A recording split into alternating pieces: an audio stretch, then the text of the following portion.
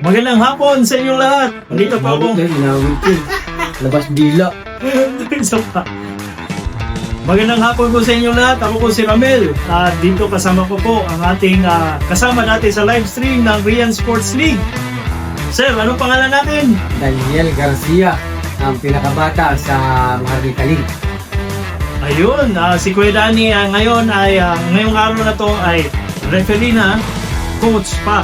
Ayun, so Kuya Danny, sa Siburi, baka gusto mong bumati. Binabatag namin yung libo-libo ng mga manonood dyan sa live stream. Medyo hindi nyo marinig ngayon doon. Dahil ako yung napasala dito sa pag-referee at saka sa coach. Kuya Danny, bilang official naman ngayon dito sa ating Maharlika League Japan, anong preparasyon ang ginawa ninyo? Bilang sitting referee, nagtiyaga tayo na pag-uwi na manood ng mga video, mag-aral, mag-kasa.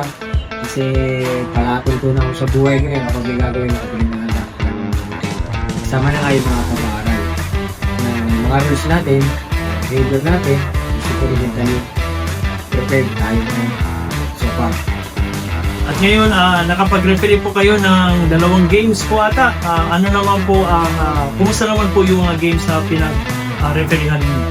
Ayun nga, dahil sa nanilibago tayo, medyo naiwan pa ako ng konti. Tapos nag-iisip pa tayo ng mga hand signals. Pero alam ko naman, kaya medyo nag-delay ka ng konti kasi nanilibago. Bilang official naman po talaga, mahirap po yung trabaho natin. Marami tayong pag-aaral na gagawin. So ano naman po ang expectations ninyo para sa mga players?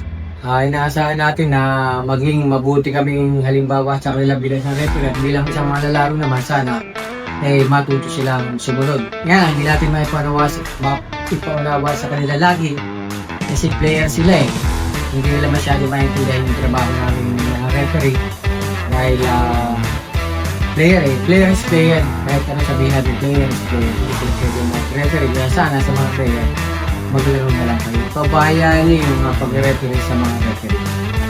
Dahil mayroong tayo magkaibang papel na hinagampanan sa ating pagkakaroon.